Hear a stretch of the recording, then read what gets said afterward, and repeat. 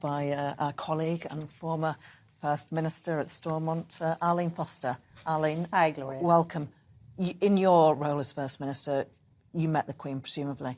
I did. I had the great honour of having an audience with Her Majesty the Queen on my own back in 2016 when I was First Minister. A very special moment for me, of course, as a huge royalist.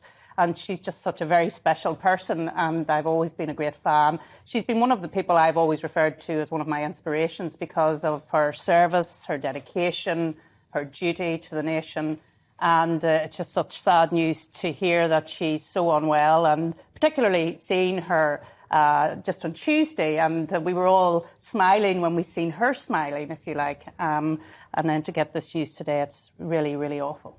Yeah, and people reflecting, of course, on the position that she has undertaken, as we've been reflecting. She took on a God-given duty, as she saw it, and various commentators saying how important that role was when she went to Ireland and she had that green dress on, and the whole fact that she pulled so many people together. Absolutely. When she had her state visit, it was a seminal moment because, of course, her great friend and indeed mentor, Lord Mountbatten, had been murdered in Ireland by the IRA. That was a huge moment for her, and she always strove for reconciliation, and I think was respected as someone who did do that because of the huge role that she played in all of that. It's a tremendously difficult thing to do, to straddle that sort of apolitical position where you see the bigger picture and you manage to bring that off and bring people together. That's quite a skill. It is, but she would have been well aware not only of all of the time during her reign, but the history as well, and all of the history between the island of Ireland and Great Britain. And I think she played the role faultlessly, if I can say that. She is so loved, not just by those of us who see ourselves as British citizens, but by many from the nationalist community in Northern Ireland as well. And I think that's a testament to what she has achieved. I'm interested when our more senior politicians refer to having an audience with the Queen, but none of us really know what happens, what it means. Give us an insight, Arlene. Well, I'm not going to break any confidences, as you would expect, but it is generally a chat about things that are happening at the time. And when I met Her Majesty the Queen, we had just been put out of the Euros by Wales. So we had a little conversation about that, and it was just so special. And it happened at Hillsborough Castle, which of course is her residence in Northern Ireland. Yeah. And she put you at ease, because it must be a very nervous moment to, do I curtsy now? When do I curtsy? What do I say? Do I actually back out, at the end of it?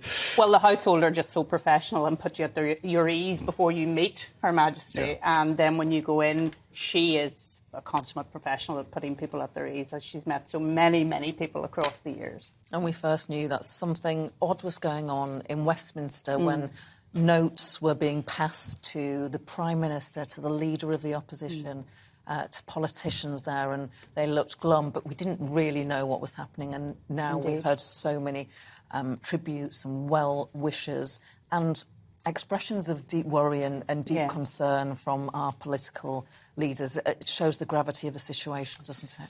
Well, at a personal level, it is just quite enormous to think of a time without her. We all know that she's not immortal, that this is coming at some stage, that she's going to take on well.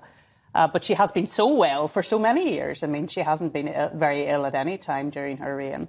And I think it's just so very difficult to take in that she's so ill at present, that the family have all been called to Balmoral, because that is evocative in and of itself when the family is called. How will her legacy be viewed as this longest reigning monarch, and having seen so much change that she's managed to carry through into the 21st century, and then also cope with all these personal issues about the difficulties within her own family? It's a tremendous achievement. Well, when you think back to when she became Queen, and she was such a young woman at that time, just 26, and to take on this enormous role. On safari in Kenya, Oh, wasn't it? yeah, but it's the enormity of the role. And, of course, at that time, her realms were even greater at that time. But she has I think being able to change with the times. She never complains, never explains. Never explain, never complain. Yes, exactly. And I think that has stood her in very good stead because she has that air of mystery around her because of that.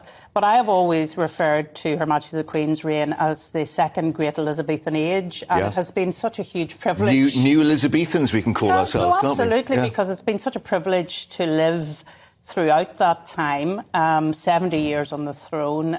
Someone was saying earlier on your programme, the fact that she was a presence long before she was Queen, through the war. She played a role in the ATS, she was in the Girl Guide, she was just like other young women around the country. And as I say, it's very difficult to imagine a time without Her Majesty the Queen, and we can only pray that this is not the moment that is coming, and I think it's important to say that.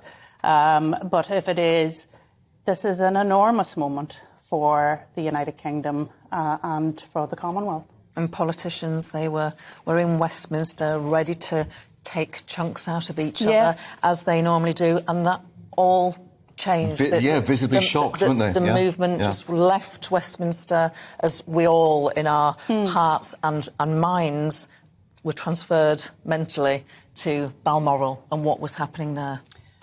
Well, absolutely. And I mean, I had just landed at London City Airport to come in to GBNews. I turn on my phone and I see the speculation, and your heart just falls immediately as to what is happening.